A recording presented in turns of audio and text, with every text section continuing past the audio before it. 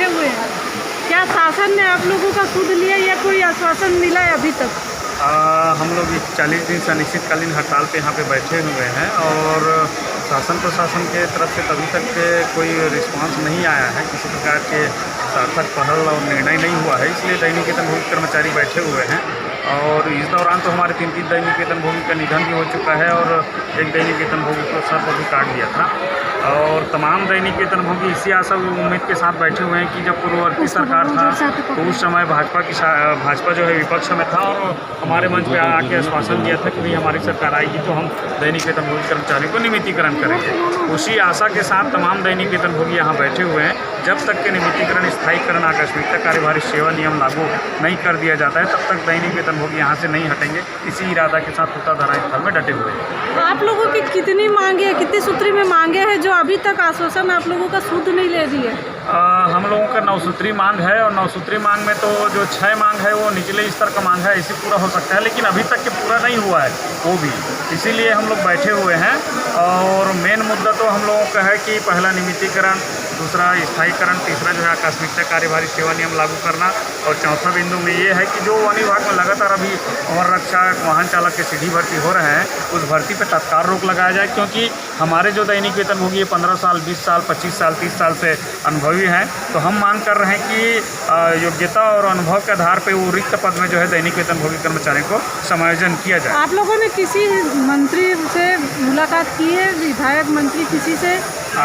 हम लोग जो है कोई ऐसा मंत्री नहीं छूटा है जिनसे हम लोग मुलाकात नहीं किए हों। क्या आश्वासन मिला मंत्री से? तमाम कल ही जो जनदर्शन में हमारे मुख्यमंत्री महोदय से भी मुलाकात किया, वो बोलता है कि कमेटी बनाए हुए हैं, कमेटी निर्णय लेगा। भाई कमेटी तो दैनिक वेतनभोगी कर्मचारियों के लिए बनाया ही नहीं है। वो कमेटी जो बनाया है उसमें स्पष्ट लिखा हुआ है कि सरकारी कर्मचारियों के लिए कमेटी बनाया जाता है जिसके मांगों पर परीक्षण किया जाएगा। तो भाई हमारे मांगों पर तो कोई परीक्षण हो ही नहीं रहा है। तो आप पूछना था, आपको कमेटी के जो हेड हैं उनका नाम मत पूछना था? नहीं, बिल्कुल कमेटी के जो हेड हैं उनके बारे में भी पूछा और माननीय मुख्यमंत्री महोदय को हमने ये कहा, माननीय मुख्यमंत्री महोदय को, कि आपने जो कमेटी बनाया हो केवल सरकारी कर्मचारियों के लिए है। कहीं पर ऐसा लिख नहीं है कि अनियमित कर्मचारी के लिए है या दैनिक वेतनभोगी कर्मचारी के लिए है। इसीलिए तो हमारे दैनिक वेतनभोगी कर्मचारियों के संबंध में कमेटी अभी तक निर्णय नहीं ले पाया। इससे पहले किसी एमएलए से मिले आपने? बिल्कुल, इससे पहले हम लोग महासमुंद विधायक है, बसना विधायक है, इनसे मुलाकात किए। क्या आश्वासन दिया उन्होंने? दुर्ग के सांसद हैं जिन्होंने जन घोषणा पत्र बनाया, संयोजक, उन्होंने भी कहा कि मोदी की गारंटी तो पूरा करना चाहिए। कितने दिन में हो जाएगी पूरी? नहीं, उन्होंने कहा कि मोदी की गारंटी पूरा करना चाहिए।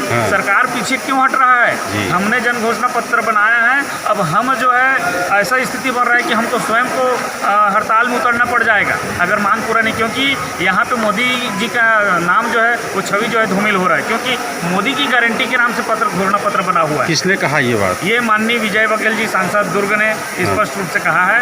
तो हम भी चाहते हैं कि वास्तविक में मोदी जी के नाम से आपने वोट लिया है, मोदी जी के नाम से आपने गारंटी पत्र बनाया है, घोषणा पत्र, तो मोदी जी का नाम जो है मोदी जी की गारंटी का जो है सार्थक पहल किया जाए और मोदी जी की नाम जो है उनका धूमिल ना हो, उसकी छवि धूमिल ना हो। इसलिए मोदी जी की गारंटी के जो आपने घोषणा पत्र किया है वो सार्थक रूप से पहल करें। कितने दिन पहले मिले थे आप विजय बघेल जी से?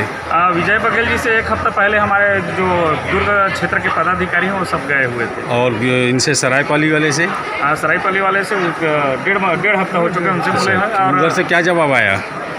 उनसे भी वही जवाब है जो हमारे महासमुंद विधायक जो है, उस दिन ओपी चौधरी जी वित्त मंत्री का दौरा था, उन्होंने हमारे लगभग 150 से 200 दैनिक वेतनभोगी वहाँ उपस्थित थे और ओपी चौधरी जी ने ये कहा है कि 2 नंबर की मांग और 3 नंबर की मांग इसको हम पूरा कर सकते हैं अगर आपके वन मंत्री प्रस्ताव बना के हमारे पास भेजता है तो बजट में देने के लिए तैयार। वन मंत्री से आपने मिला? बिल्कुल, वन मंत्री से हम तो 2-3 बार मुलाकात कर चुके हैं। नहीं, जब मिलने का प्रयास कर रहे हैं, लेकिन अब वन मंत्री मिल नहीं रहा है। जब ओपी चौधरी जी ने आपसे कहा जी कि वन मंत्री से आप मिलकर अपना प्रस्ताव बनवाइए, तो आपने वन मंत्री से मिला? वन मंत्री से लगातार मिलने का प्रयास कर रहे हैं, लेकिन वो दौरा के नाम से हमको समय नहीं दे पा रहे हैं। अच्छा जी। कब गए थे आपने वन मंत्री के पास? जो है अभी 3 दिन पहले गए थे तो प्रवास पे थे। और उसके बाद 2 दिन पहले भी गए थे तो झारखंड प्रवास पे थे। तो हम प्रयास कर रहे हैं वन मंत्री जी से कि हमारी उनके पीए से मुलाकात हुआ है, उनको हमने बताया कि उनके भाई- सेक्रेटरी को बताया आपने? बिल्कुल, उनके सेक्रेटरी से कल ही जो हमारे प्रतिनिधिमंडल जाके मुलाकात किया है, क्या आश्वासन माननीय, दिया? सम्मानीय ऋचा शर्मा जी से, उन्होंने कहा है कि सार्थक पहल करेंगे आप लोगों के हित में, हमारे संज्ञान में है, ये कहा गया है। तो कब? अगला कदम क्या होगा? जी, अगला कदम हमारे दैनिक वेतनभोगी कर्मचारी आमरण अनशन पे बैठे हैं और उसके बाद भी अगर हमारे मांगों को पूरा नहीं किया जाता है तो जल समाधि लेंगे और इच्छा मृत्यु का जो है हमारे दैनिक वेतन 7,000 दैनिक वेतनभोगी एवं उनके पूरा आश्रित पूरा परिवार जो है माननीय मोदी जी को पत्र लिखेंगे, माननीय अमित शाह जी को पत्र लिखेंगे कि भाई मोदी के गारंटी पे हमने विश्वास रख के जो है जनमत हासिल दिलाया था, वोट दिए थे और वोट दिए थे इसी आशा से कि भाई मोदी जी की गारंटी अगर मोदी जी कह रहे हैं तो हमारा मांग जरूर पूरा होगा, लेकिन कहीं ना कहीं मोदी जी के जो गारंटी है वो सफल होते दिखाई नहीं दे रहा है। इसलिए तमाम दैनिक वेतनभोगी इच्छा मृत्यु के पत्र माननीय मोदी जी को और अमित शाह को हम पत्र लिखेंगे। आपका परिचय दीजिए। मैं रामकुमार सिन्हा, प्रदेश अध्यक्ष छत्तीसगढ़ दैनिक वेतनभोगी वन कर्मचारी संघ।